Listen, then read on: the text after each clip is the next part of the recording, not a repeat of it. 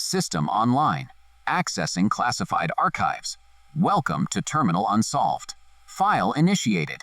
Imagine looking at the dark, freezing floor of the Baltic Sea. Far below the surface, a massive scar is being carved into the seabed. It stretches for tens, sometimes hundreds of kilometers. It isn't a submarine. It isn't a high-tech explosive. It is a massive steel anchor, dropped from a commercial cargo ship, dragging violently across the ocean floor, and it can sever the lifelines of Europe.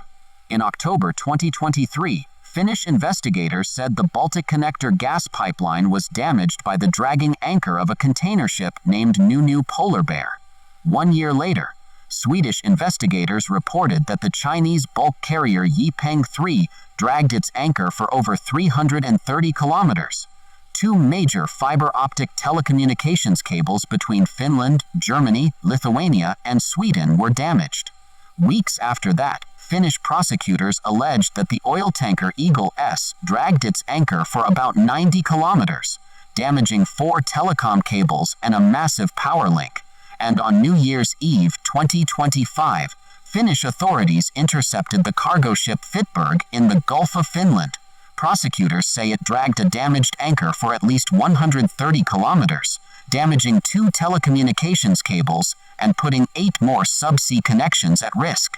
Every case asks the exact same question: who is cutting the cables? The answer is the most terrifying part of this file, because it exposes a legal and forensic black hole. The Baltic Sea is shallow and packed with commercial traffic. Underneath that traffic lies the infrastructure that keeps entire nations powered and connected. When an anchor drops, a moving vessel turns it into a multi-ton plow. But here is the problem. Dragging an anchor isn't exotic. It is one of the most common maritime accidents in the world, and that makes it almost the perfect cover. If someone wanted to sever critical infrastructure, they might not need a military strike. They might not need a team of elite divers. They might only need a commercial ship, a poorly maintained anchor winch, and a bridge crew that fails or chooses not to react. The nightmare for investigators is that a deliberate attack can look exactly like a tragic accident. Take the case of the vessel Vezhen in January 2025. It severed a cable between Sweden and Latvia.